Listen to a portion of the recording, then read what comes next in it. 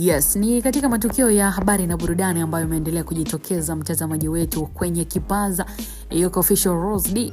Niko vyema sana kwa kuhabarisha yale ambayo yameweza kuendelea kama headline. Tuangazie sakata zima la DNA ambalo imeweza kumaliza utata katika mama ambaye alidai kuwa yeye ni mama mzazi wa msanii Bahati kutoka nchini Kenya, kumbe ni yatima. Bana, karibu sana. Inawezekana hujalifahamu hili kwa undani, lakini kupitia mimi na kupitia Biomedia basi utakwenda kulifahamu kwa kina kabisa tukio hili, likiwa ni tukio ambalo lilizua mjadala mkubwa sana katika mitandao ya kijamii na vyombo vya habari kwa ujumla kuhusiana na madai ya mwanamke mmoja ambaye alijitokeza na kudai kuwa yeye ni mama mzazi wa msanii maarufu kutoka nchini Kenya, Bahati. Hatimaye swala hilo limepata majibu rasmi baada ya vipimo vya DNA. Majibu ya vipimo hivyo vya DNA yameonyesha wazi kuwa hakuna uhusiano wa kinasaba kati ya msanii huyo na mwanamke aliyetoa madai hayo. Msanii anayehusika katika sakata hilo ni Bahati, ambaye huyu ni mmoja wa wanamuziki maarufu kutoka nchini Kenya na pia anajulikana kwa shughuli zake za kijamii na maisha yake binafsi ambayo yanafuatiliwa sana na mashabiki wengi. Na kwa mujibu wa taarifa zilizotolewa, matokeo ya vipimo vya DNA yameonyesha kuwa kiwango cha mfanano wa vinasaba kati ya wawili hao ni 0%, jambo ambalo linamaanisha kuwa hawana uhusiano wowote wa damu. Sakata hili pia lilianza miezi michache iliyopita baada ya mwanamke mmoja kujitokeza hadharani akidai kuwa yeye ndiye mama mzazi wa msanii Bahati. Kauli hiyo iliwashangaza mashabiki wengi pamoja na msanii mwenyewe, kwa sababu kwa muda mrefu Bahati amekuwa akieleza hadithi ya maisha yake kuwa alipoteza mama yake mzazi akiwa bado mdogo sana. Na kwa mujibu wa simulizi ambazo Bahati amekuwa akizitoa katika mahojiano mbalimbali, mama yake mzazi alifariki dunia alipokuwa na umri wa takriban miaka 7. Baada ya kifo hicho, maisha yake yalibadilika sana na alikulia katika mazingira magumu, ikiwa ni pamoja na kuishi katika kituo cha kulelea watoto yatima kwa kipindi fulani kabla ya maisha yake kubadilika baadaye. Kutokana na historia hiyo, madai ya mwanamke huyo yalizua maswali mengi. Baadhi ya watu waliamini kwamba huenda kuna ukweli fulani nyuma ya madai hayo, huku wengine wakiona kuwa ni jambo lisilo la msingi. Mitandao ya kijamii ilijaa mijadala na maoni tofauti kuhusu swala hilo. Sasa awali Bahati alichagua kukaa kimya na kujihusisha sana na madai ya mwanamke huyo.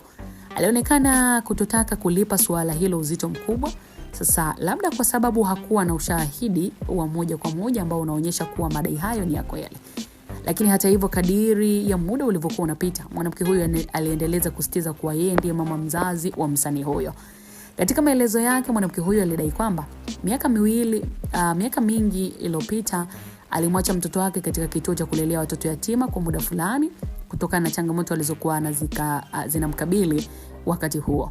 Na alisema kwamba aliporudi baadaye kumchukua mtoto wake hakumkuta tena katika kituo kile ambacho alimwacha, jambo ambalo lilimfanya kuamini kuwa mtoto huyo huenda alichukuliwa au kudaptiwa na familia nyingine.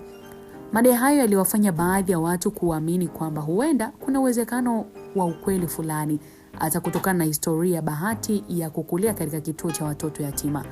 Hata hivyo, bila ushahidi wa kisayansi ilikuwa vigumu kuthibitisha ukweli wa madai hayo, na baadaye madai hayo mazito na msisitizo huo mkubwa kutoka kwa mwanamke huyu ulipotolewa pamoja na mijadala iliyokuwa ikiendelea mitandaoni, Bahati alikubali kufanyia vipimo vya DNA ili kupata majibu ya uhakika. Vipimo vya DNA ni njia ya kisayansi ambayo inatumika kubaini uhusiano wa kinasaba kati ya watu wawili au zaidi. Baada ya uchunguzi huo kufanyika, majibu yalitolewa yakionyesha kuwa kiwango cha mfanano wa DNA kati ya Bahati na mwanamke huyo ni 0%, na matokeo hayo yana maana kuwa hawana uhusiano wa damu. Hivyo basi, mwanamke huyo si mama mzazi wa msanii huyo. Majibu hayo yameondoa utata uliokuwa umejitokeza kwa muda mrefu. Mashabiki wengi wa Bahati wamepokea matokeo hayo kwa hisia tofauti, wengine wakieleza faraja kwamba ukweli umejulikana, huku wengine wakionyesha huruma kwa mwanamke huyo ambaye huenda alikuwa na imani kwa madai yake ni ya kweli.